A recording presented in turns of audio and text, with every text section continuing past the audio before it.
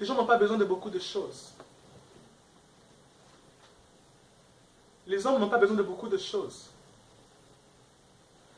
Quelqu'un d'autre a seulement besoin que tu lui demandes « How are you doing today? » That's all. Les choses qui impactent la vie des hommes les plus sont si simples et basiques.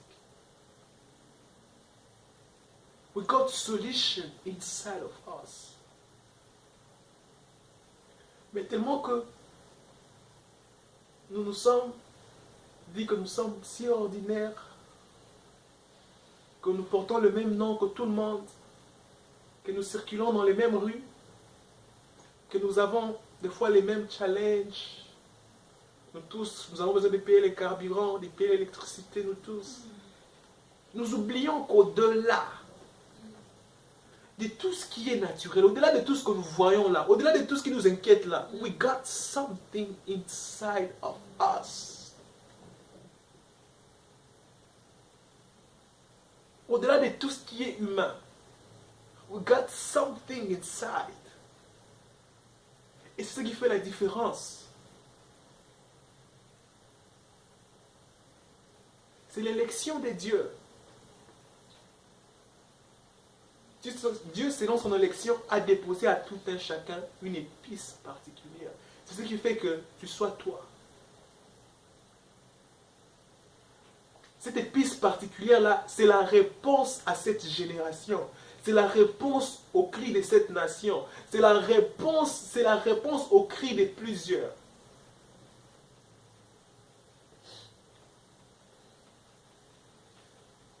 C'est que Dieu a déposé au-dedans de nous. Nous pouvons être si ordinaires, but inside we got something. Just Yehoshua. Un homme si ordinaire. Mais j'aime le plan de Dieu. Deux fois, Dieu nous rend si ordinaires pour nous protéger. Parce que si nous sommes si spéciaux dès les bas âges, Hérode nous retrouvera. Vous savez, il est plus facile de tuer un lionceau qu'un lion.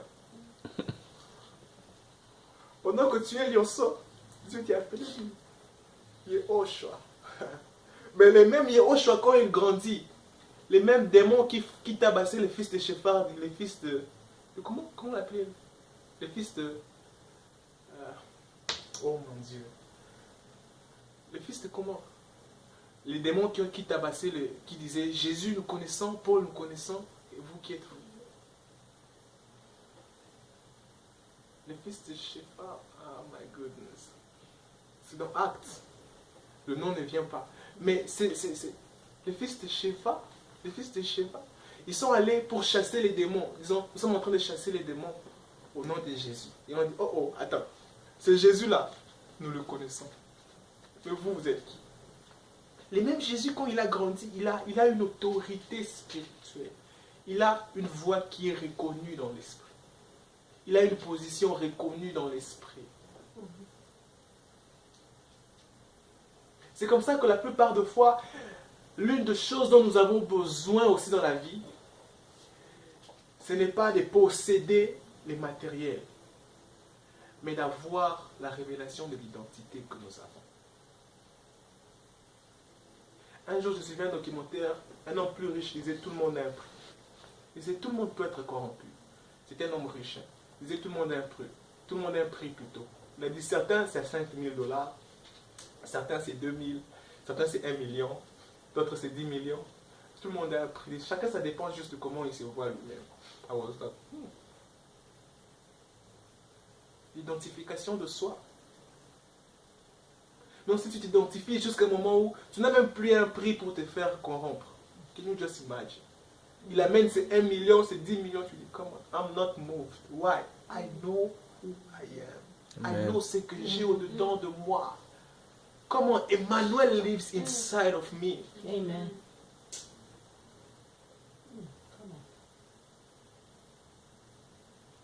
Ce dont nous avons de fois très besoin, c'est la révélation de la position que nous avons aussi en Christ.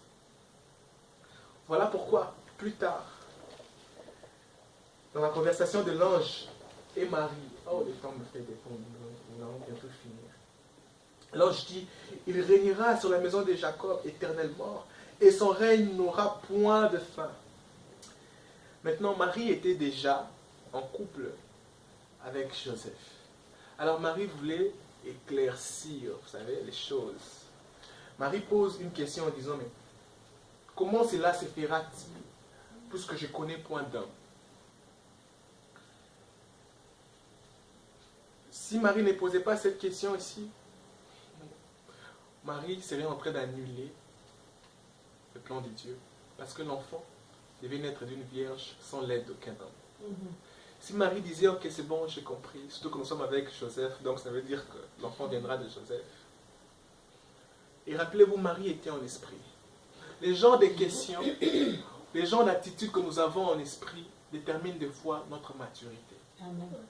Voilà pourquoi dans un rêve, quand vous dormez et que vous vous voyez vous-même, comment vous vous comportez dans ces rêves-là détermine l'âge spirituel de votre esprit. Un jour, j'ai fait un rêve où, après avoir prié et prié pour les gens et les mains poussées, j'ai vu un homme qui me disait, ah, toi tu t'es engagé à détruire mes œuvres. L'homme a eu le couteau qui me suivait, moi je courais dans le rêve.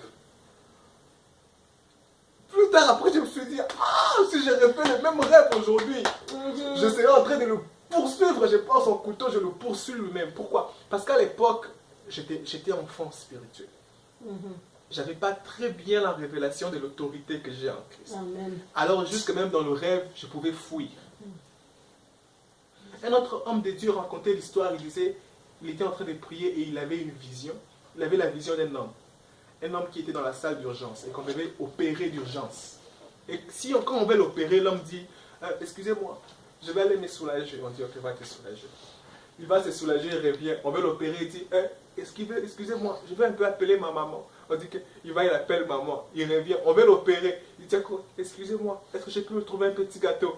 Il va se trouver un petit gâteau, il revient. Et il a dit, bizarrement, l'homme qui faisait toutes ces choses-là, c'était lui-même. Il dit, il avait besoin de rire quand il voyait la vision. Et puis Dieu lui a dit, c'est exactement comme ça que tu te comportes.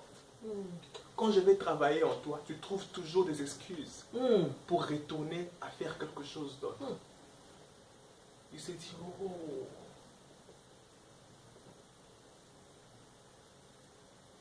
Et Marie, dans cet état-là, en train d'avoir une vision avec l'ange, Marie pose une question qui est très stratégique. Voilà pourquoi, très souvent, j'aime plus vraiment interpréter les rêves des gens. Si Dieu t'a... Demande-lui, lui qui t'a montré, Seigneur, qu'est-ce que cela veut dire? Imaginez-vous que Marie, après avoir reçu la vision, va chercher son pasteur. Ne pose pas la question, pasteur, j'ai vu un ange. Et puis, qu'est-ce que l'ange? L'ange m'a dit que j'aurai un enfant. Ah, qu'est-ce que cela veut dire? Maintenant, tu donnes au pasteur une tâche, alors que tu pouvais carrément poser la question à l'ange. En esprit, là, vous pouvez poser la question. Voilà pourquoi quand vous dormez aussi, vous avez un rêve que vous ne comprenez pas. Posez la question. Dites, Seigneur, qu'est-ce que cela veut dire? L'explication peut venir de manière instantanément, comme c'était avec Marie. Ou soit d'une manière ou d'une autre. L'Éternel parle, tantôt d'une manière, tantôt d'une autre. Mais nous, qu'est-ce que nous faisons très souvent? Après avoir reçu une vision, nous allons poser à un aîné spirituel.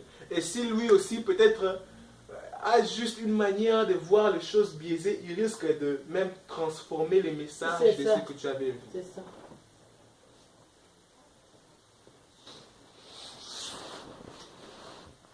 Une autre fois, j'ai prié avec quelqu'un. Je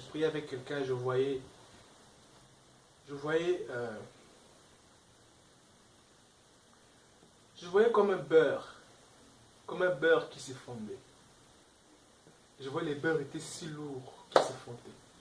Ah, je me dis, qu'est-ce que ces beurres veut dire? Et si j'ai touché la personne, j'ai vu comme un beurre qu'on avait mis sur le feu et qui devait se fondre, mais ces beurres ne se fondent pas. C'est comme si la personne a mis un métal ou bien un plastique dessus. Donc la chaleur attaque le plastique, mais les beurres là n'est pas attaqué, les beurres demeurent. I was like, qu'est-ce que cela veut dire? Qu'est-ce que cela veut dire?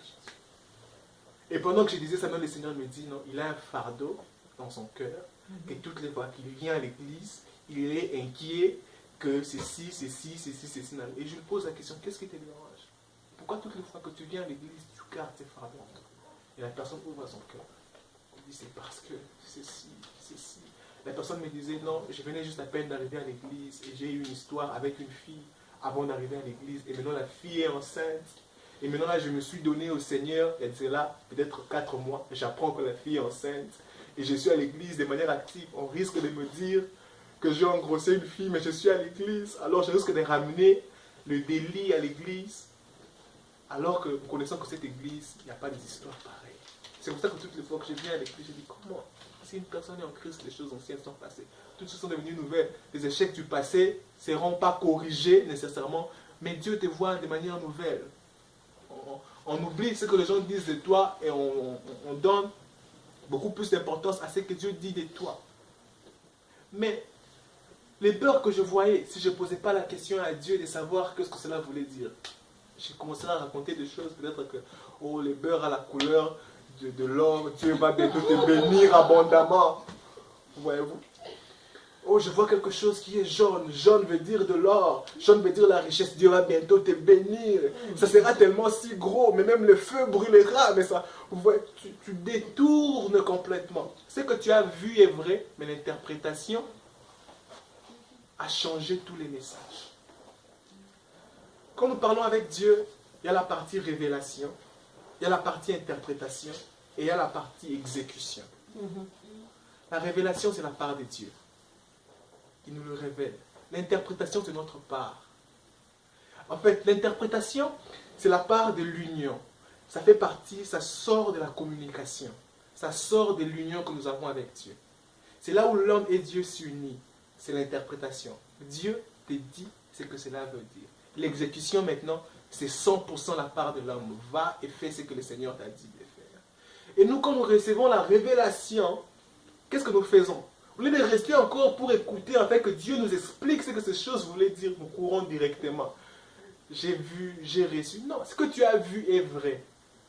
La source est vraie. Mais maintenant, quand nous changeons l'interprétation, nous changeons tous les messages.